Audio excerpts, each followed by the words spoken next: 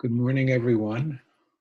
Uh, it will be Sunday, September 2nd.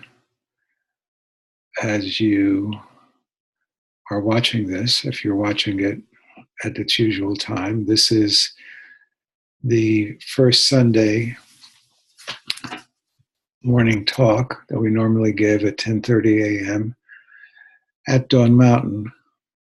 And we appreciate that in the wake of Hurricane Harvey, that many people will not be able to get to Dawn Mountain. And because of Hurricane Harvey, we have not been able to get all of the pieces of our broadcast equipment back up to speed. So what I'm doing is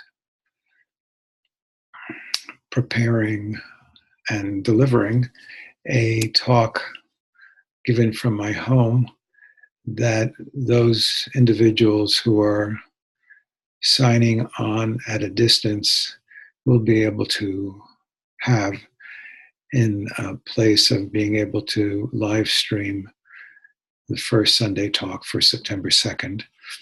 So welcome, and we are hoping that everybody is well. We have all experienced a tremendous shock together, and we are wanting to know if anybody is in need of support, if there's been damage to your home, if you're needing any kind of assistance. That information goes to Deborah Pogue.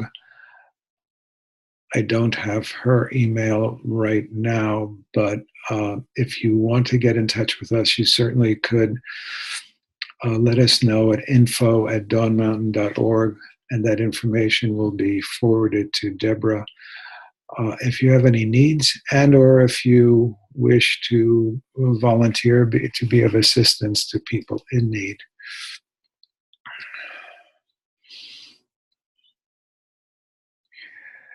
So it's quite a momentous occasion. I feel a bit of a weight on my shoulders to offer a teaching that in some way is commensurate in significance to this hurricane that bears my name. And that's quite a challenge. For those of you who are not in Houston, Dawn Mountain came through relatively well. We had a little bit of water in the front of the building and some water in from the roof. But all things considered, that was very, very minor compared to what some people have experienced. And Ann and I have done fine, and we appreciate everybody who has been in touch with us and has offered their support and well wishes. It has meant a lot to us, and very, very touching and very, very appreciated. You are all have been very kind in writing us and letting us know how much you're concerned. And so the question comes up, what do we contemplate? What do we consider in a spiritual context on the occasion of such a large catastrophe? And I think it's an important and very worthwhile consideration. And the first thing that I think I want to offer is that we start with ourselves and really acknowledge what is going on for ourselves. I often talk about acronyms for meditation or mindfulness and awareness. Nowadays I'm using wiser, fact. And in fact, there's an A and there is a T. And the T is where I would like to start, and that has to do with tenderness. And I think that, um, we all are deserving and need an enormous amount of tenderness when we come in contact with a shocking disruption to our lives. Um, it's so upsetting and so frightening and so threatening that we are going to have an enormous number of emotional reactions. Now, unfortunately, many of us, and it's almost a culture-wide phenomenon, we have learned to really almost make believe that things that are happening, that they're kind of either not happening, or to make believe that the reactions we're not having. And that can get us into an awful lot of trouble, both personally and interpersonally. And within the practice of Dharma and Buddhist practice and mindfulness practice, we are seeking to ultimately be ever more spacious, ever more free, ever more open. And many people have a kind of maybe mistaken impression that the way to do that is to become very, very numb or absent of emotional reaction, emotional capacity. And that's a kind of misconception. And really, it is through our ability to know ourselves, to feel what we're feeling, and to tenderly accept our experience, that ultimately there can be a ever larger and larger sense of freedom within our experiencing life.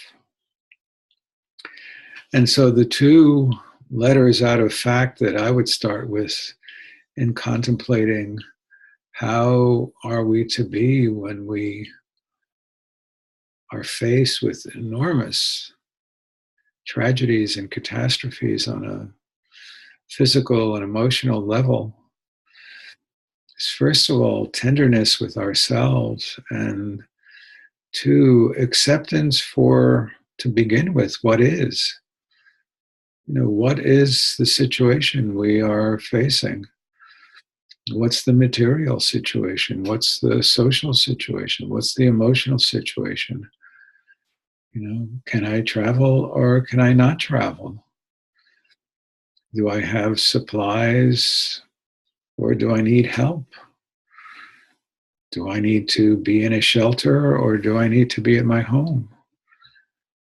What is reality? And can we tenderly accept what that is? And really be kind with ourselves. More and more as I teach and live my life, and I'm aware of how people proceed through life, I just see more and more how once we get to know people and are open, people immediately, when there is some difficulty, actually blame themselves for the difficulty. And it's not a kind situation. People are very, very cruel to themselves. And in a way, it's worst with kind people. People who can be very, very kind when you really, really slow down and you start talking with them. It turns out that they're not kind towards themselves. They may feel all sorts of negative criticism towards themselves, even as they're trying to help others and wonderful for others. So, in a time like this, when any of us may have experienced any kinds of losses and disruptions and difficulties, the first thing I think we need to do to really be serious Dharma practitioners, to be serious mindfulness practitioners, is to look at ourselves and to check in with how are we feeling towards ourselves? Is there some kind of self-recrimination going on? Is there some kind of perfectionism going on? Is there some kind of self-blame of, you know, I should have repaired the roof when I had a chance, or I should have caulked the windows when I had a chance. I should have moved my car instead of leaving it where I did. I should have renewed my flood insurance, but I unfortunately didn't. Or I should have gotten flood insurance, but I unfortunately didn't. And can we recognize that whatever we did or didn't do, acts of omission or acts of commission, we are human and we all make mistakes. And can we have some kindness and compassion? Kindness and compassion for ourselves. Most of all, starting with ourselves. Really, really, we are all so typically cruel and self-hateful. And so can we be kind? And if we have some pain or contraction in ourselves, can we even just, silently see if we can take some time with ourselves and,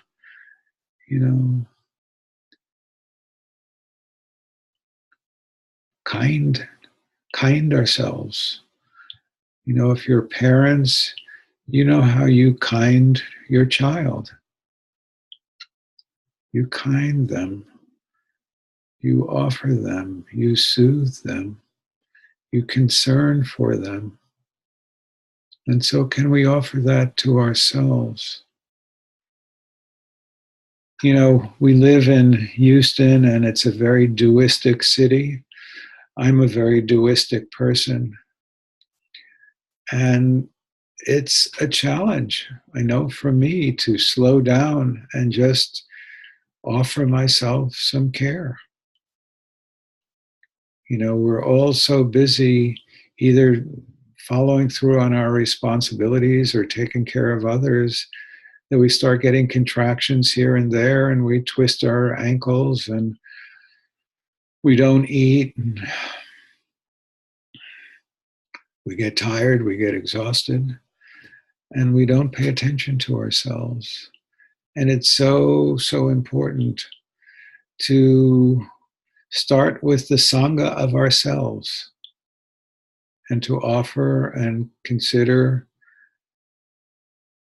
and care and take time to care for ourselves. So the first thing in this very, very difficult situation is can we be accepting of ourselves? In wiser fact, the acronym for practice, the A is acceptance and the T is for tenderness. Can we offer that to ourselves? And that's really the most sound basis for care for others. Many, many of us know how to care for others, and when we slow things down and we talk and have a very sort of somber and sober conversation, it comes out that it's very, very hard to receive care and to care for ourselves, most of all. And can we open to care from others? It's a great challenge for many of us. You know, we grew up in a culture where autonomy and individuality are kind of like king. We worship autonomy, we worship individualism.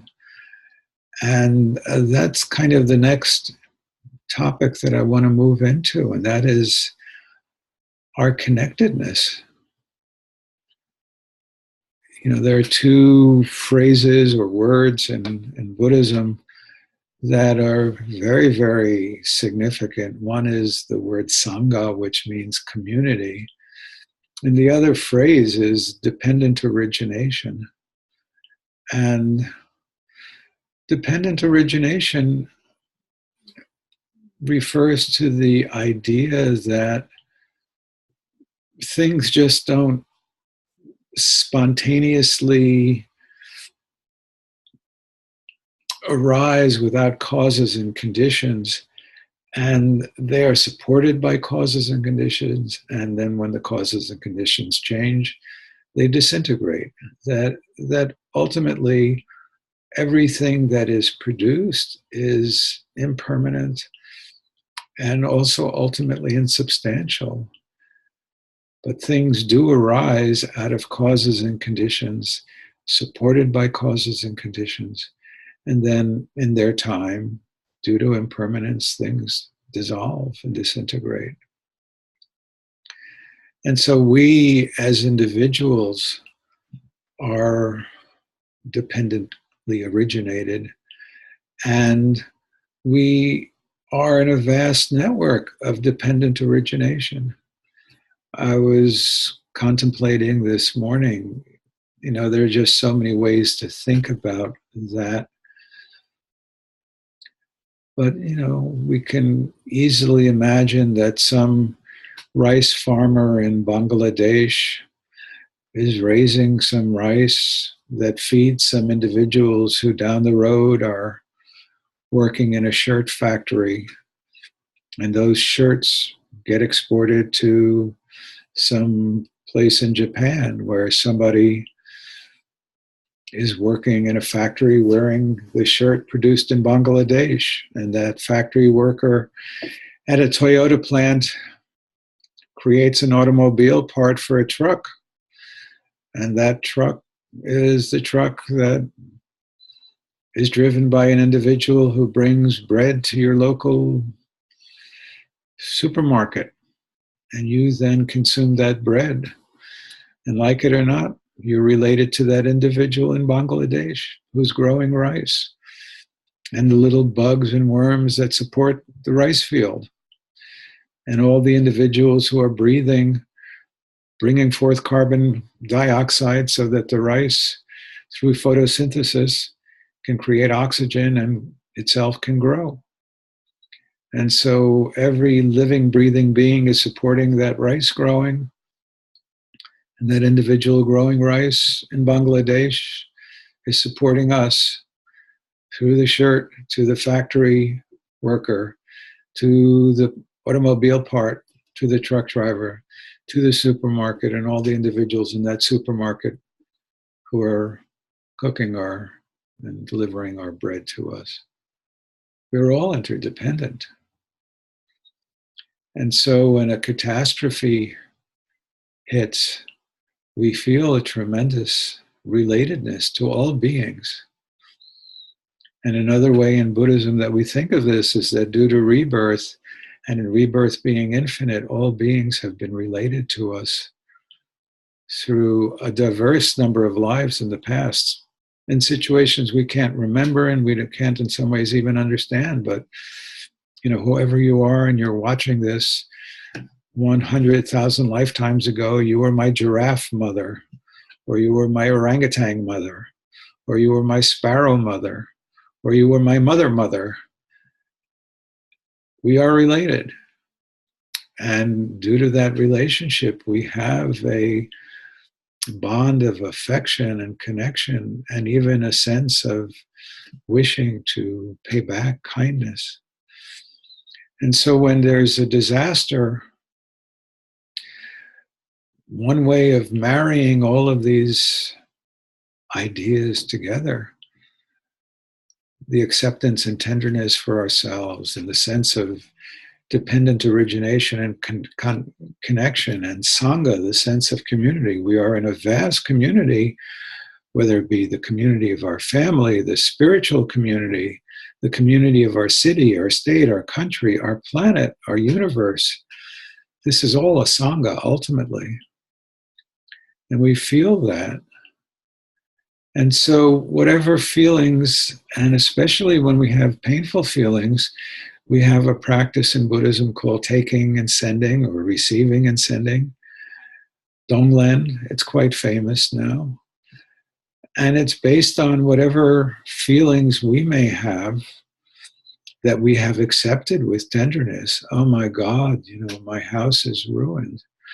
And we're feeling sad and we're feeling overwhelmed. We are acknowledging that pain, and we're using that as a touchstone into making an aspiration.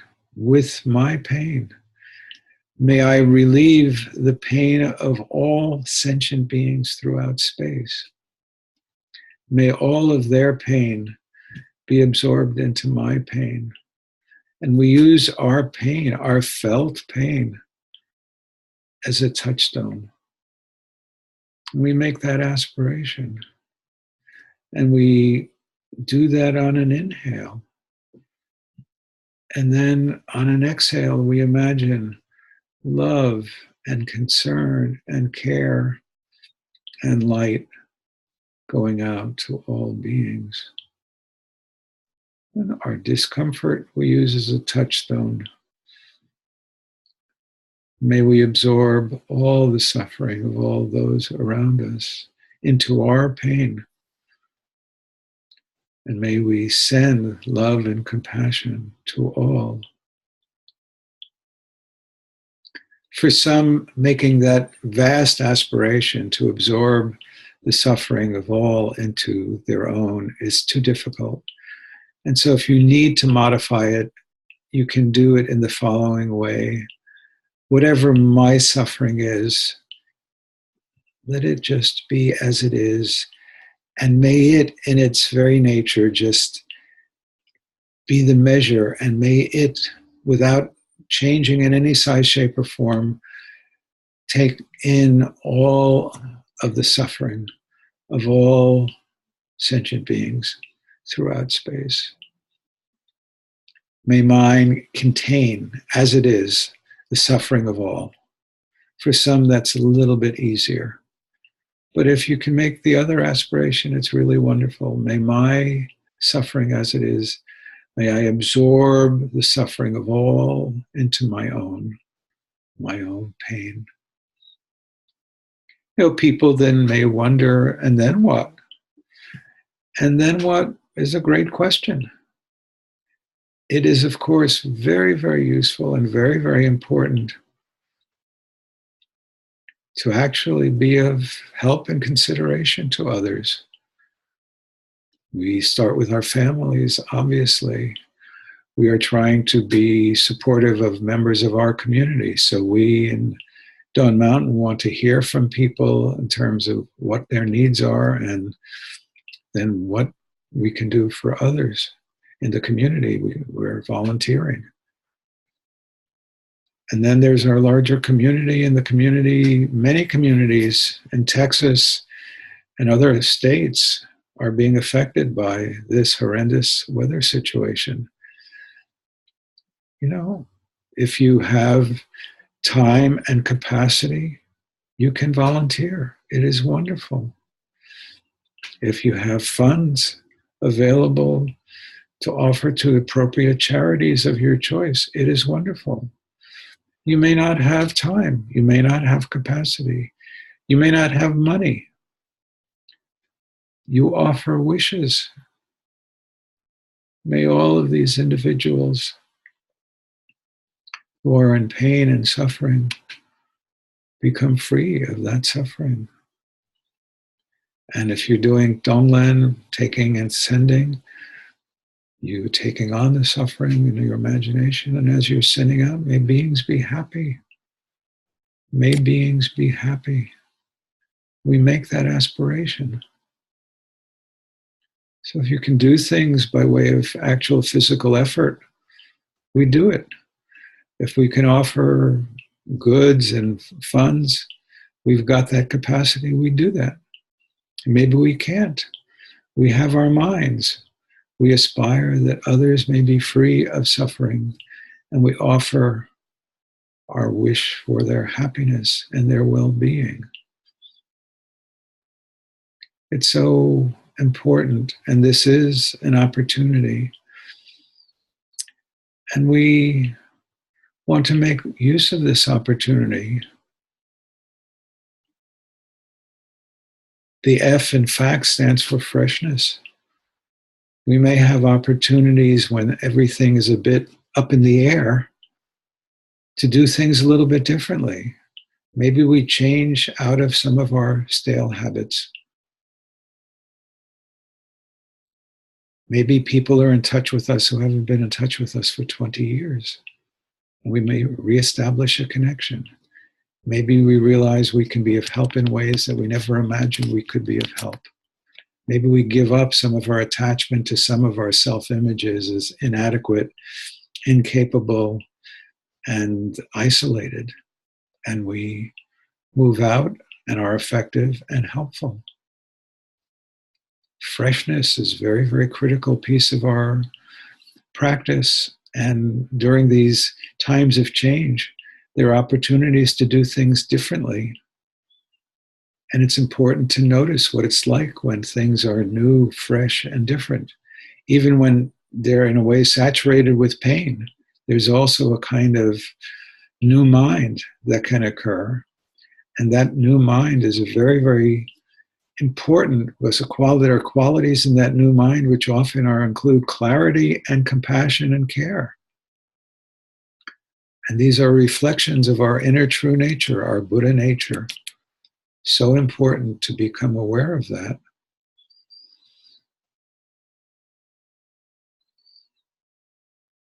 So we're arriving at the end. I'll just summarize very quickly that in these times of difficulty, we really wish to be tender with ourselves. We want to accept what is to begin with and be tender with that acceptance. And we wish to remember our connection to all others. And our sense of connection leads us to be able to take on a practice of taking and sending Donglen with an aspiration when we actually feel our own unhappiness, our sorrow, our loss. We touch into that.